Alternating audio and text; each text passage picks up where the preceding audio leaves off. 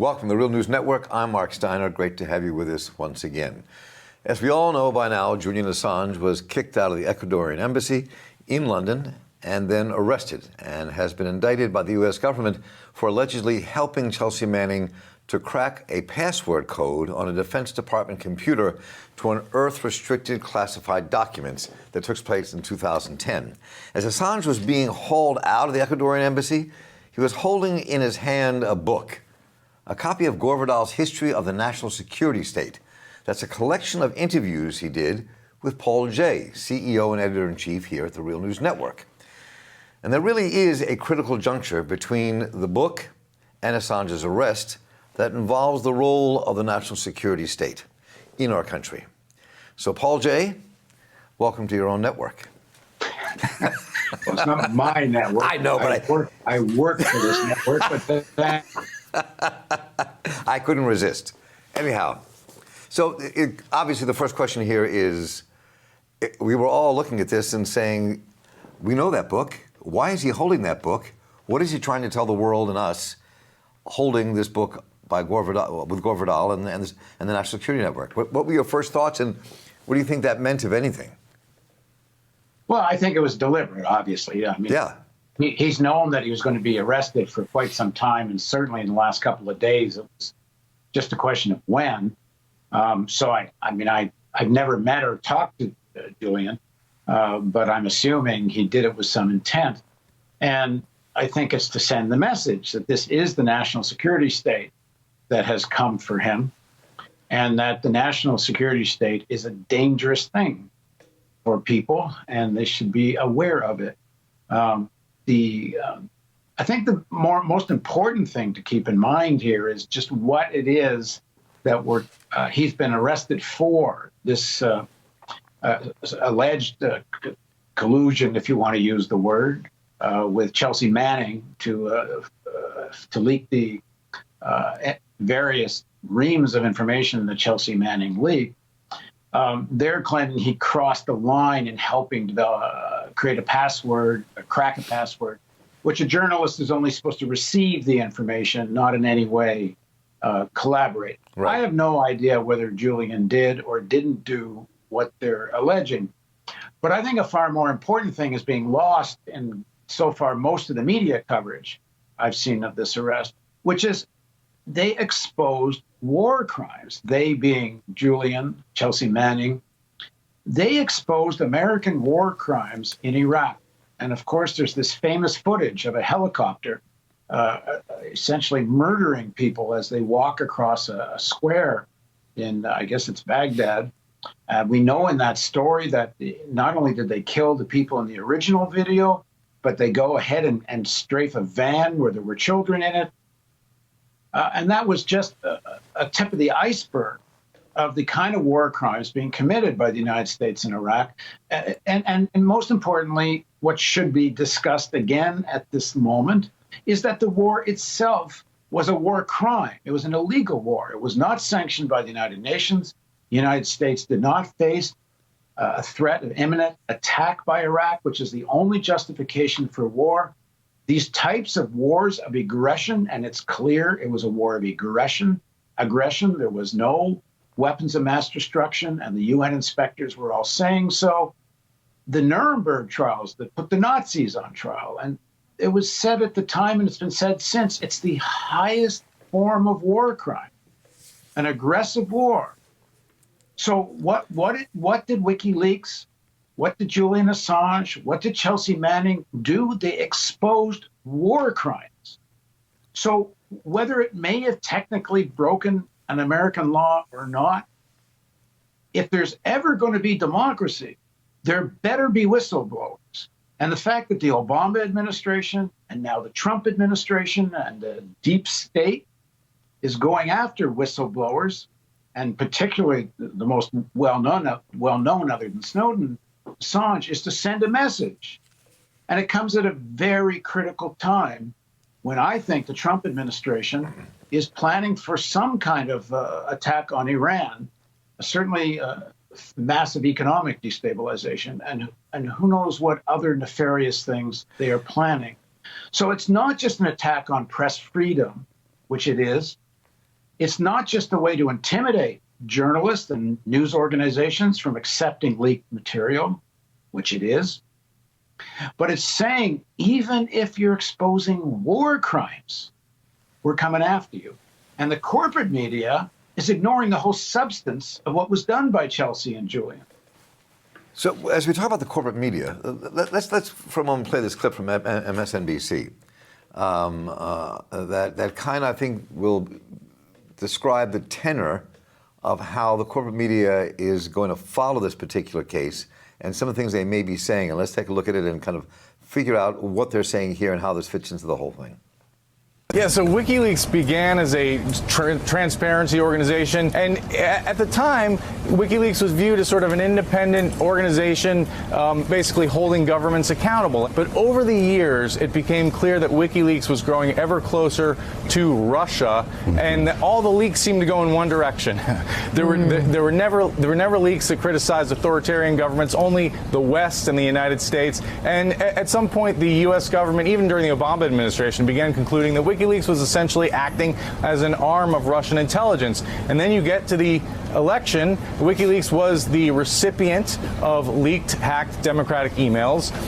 And we'll all remember that Donald Trump cited WikiLeaks more than 130 times during the campaign because they were publishing DNC emails that were embarrassing to the Democrats. They were clearly helping with this Russian election interference effort.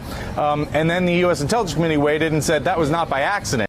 So this is, I think, how part of the establishment media is going to play this, and the Russian connection, that they're going to push very hard in all of this with Assange, and that will muddy the waters. Well, let me just stop there, and before I get to the next question. I mean, so I think, so what becomes incumbent on the rest of the media to talk about in light of this, this mass media push? Well, it's a complete and utter distraction. The whole Russia thing is a complete and utter distraction from the real crimes of the Trump administration. We've been saying this on the Real News over and over again. The Russiagate, this whole raising as a significant issue some perhaps minor meddling in the 2016 elections as a distraction, because it plays into the hands of certain Democrats, Democratic Party, corporate Democrats, people call them, the media, to kind of dredge up the demons and ghosts of the Cold War and actually run to the right of Trump. Like, oh, we're bigger Cold Warriors than you are. We're more militarist than you are. In fact, it's not true. Trump is very much a militarist. But it's a complete distraction from the specific case as well, because as I just said, this isn't about Russia. It's not about hacking Clinton. If that's what Clinton emails, if that's what it's about, charge him with that. But he's not charged with anything to do with the current controversies. He's charged with working with Chelsea Manning, I'll say it again, to expose war crimes. So everything else is just a complete rhetorical, partisan, hysterical response. Russia, no Russia, it's irrelevant. Well, I mean, and what do you have the right to expose war crimes as a journalist? Do you have a responsibility? It's the only issue here. So what he's being charged with, clearly, it has nothing to do with Russia or what people think he did or did not do when it comes to working with Russia in terms of WikiLeaks and the exposure of Hillary Clinton's emails. But the issue is that he's being charged with hacking, which is, that in itself is a crime if they go after him for that, A. B. So the question is, there's that, and there's also what might have been at work here we're not seeing, and why this happened now. I mean, because what he was really hiding from in the Ecuadorian embassy was not showing up in court for being to be put on trial in Sweden on rape charges. So he now faces 12 months in English prison and being extradited to Sweden too if they go after him, as well as being extradited to the United States. So what's at work here? Yeah, well, what the timing, one can speculate. I think it's a few things. Recently, WikiLeaks exposed the president of Ecuador having some shady bank accounts and involved in some corruption, Moreno. And clearly, Moreno is not what the same kind of politics as Correa, the previous president, who was willing to stand up to the Americans on various things. This new president is not, and he's joined in on the attack on isolation of Venezuela, and he's trying to cozy up to the Trump administration. So he has his own motives. Why should I protect Julian Assange when WikiLeaks is exposing some of the corruption in Ecuador, as well as to curry favor with the Americans? Why not? He's got no love for Assange. So that's the Ecuador. There may be more to the Ecuadorian side of the story, but as far as what's in the public domain, that makes some certain amount of sense. Why the Americans are pushing it now is partly, I would guess, part of a process. They've been wanting to do this for quite some time, and now Ecuador is willing to, for its own reasons. There's some speculation that they want to try to get hold of Assange and push him on the narrative of Trump collaborating with Russia. Politico had a story about that today. That the deep state, or the state, is the Mueller kind of forces, want to see if they can still make this collusion case. It's possible. This whole idea that WikiLeaks is an arm of Russia, I think, is nonsense.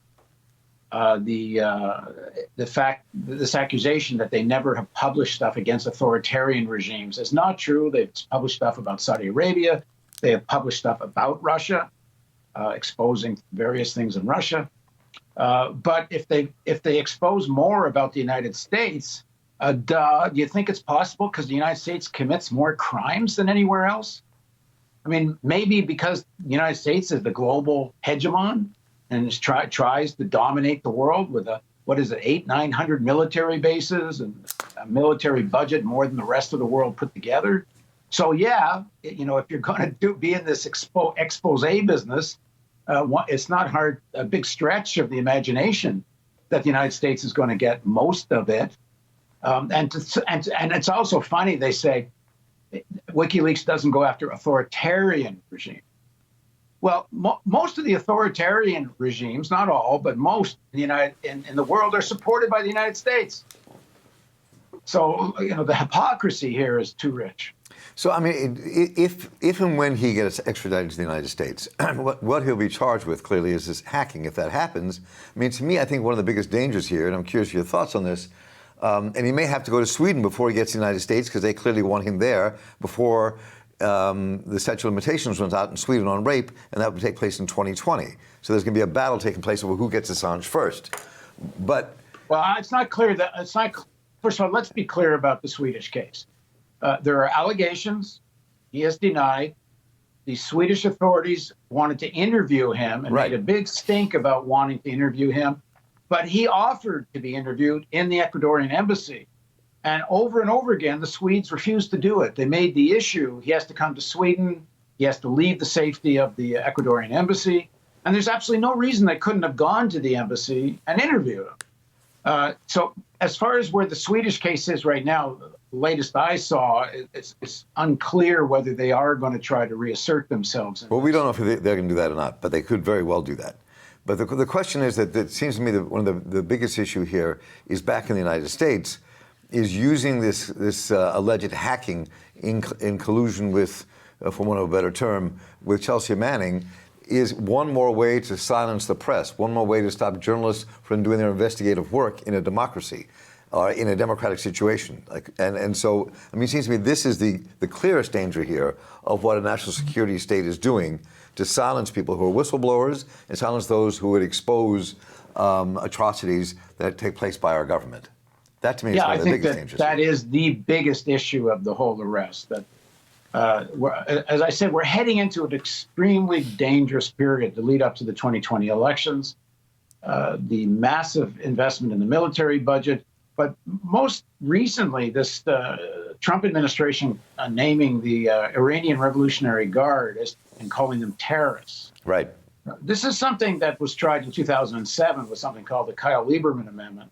And a lot of Democrats voted for it, although some significant ones didn't vote for it. And you can include Biden in that and Obama. Hillary Clinton did. But it was said at the time that is a step for the, in fact, it was a Democratic senator that said this, it's a step towards the military option with Iran, because what you say, the Iranian Revolutionary Guard are terrorists. Well, they're part of the armed forces of the government of Iran. So you're one micro hair away from saying that the government of Iran is a terrorist organization, which means not only can nobody in the world do any business with Iran, but you can't even negotiate. You're almost left with only a military option. And people like John Bolton, the national security advisor for Trump, and others, Pompeo and other people around Trump, and Trump himself, and certainly Steve Bannon, they wanted to go after Iran from day one of this presidency. And a lot of crap is going to come out. Look at the lies that were told in the lead up to the war in Iraq. We are going to see the same kind of lies unfold at a super scale towards as they try to destabilize and bring down the government of Iran. And this is a shot across the bow there as well. You journalists, you leakers, you better be careful. Because if we can get Assange out of the Ecuadorian embassy, we can get anybody. And that's no doubt one of the reasons is to create a real chill, and not just in a generalized way, but as we head into a very dangerous period of history. I think that makes our job here at the Real News and other places, and places like Real News, all the more important to not let this happen. Let me just add one other thing about why he's carrying that book, just to give a little background. Gore Vidal's History of the National Security State is, as you said, a series of interviews I did with him back in 2007. Right. And at the core of the formation of the national security state, and this is done under Truman, a Democrat, is the underlying narrative that the Soviet Union was an existential military threat to the United States. Now, Soviet Union, a lot of people thought was some form of socialism. You can debate, what you think of that form of socialism, but certainly in 1945, 1946, and into the 50s, the Soviet Union was very popular in the world. The Soviet Union had broken the back of Hitler. The Soviet Union was recovering from terrible destruction. There seemed to be full employment and healthcare and so on and so on. So, the sort of viciousness of the Soviet state domestically, it was known. It came to be better known after 1956 and what's called the Khrushchev revelations and so on, right. The terror of the Stalin government and so on. So, ideologically, the Soviet Union was a threat because socialism versus capitalism. But it was not a military threat. And that was bullshit that the American intelligence agencies, the governments knew. You watch my series of interviews with Daniel Ellsberg, and it became clear to him, and he had access to high-level intelligence, that the Soviet Union had zero plans to invade Western Europe, the justification for NATO. The Soviet Union had zero plans to use nuclear weapons as blackmail or a threat to assert some kind of global presence, global domination. The Soviet Union was in a defensive posture. And the same is true today. It is. Whatever you make of Putin domestically, whatever you make of Russia domestically, you can argue it, you can debate it. There is zero evidence that Russia is trying to project global power in a way that threatens the people of the United States. Is Russia projecting regional power? Sure, so is China. And what mids the big capitalist-sized country wouldn't? Only the United States is projecting global power, but it's not a military threat.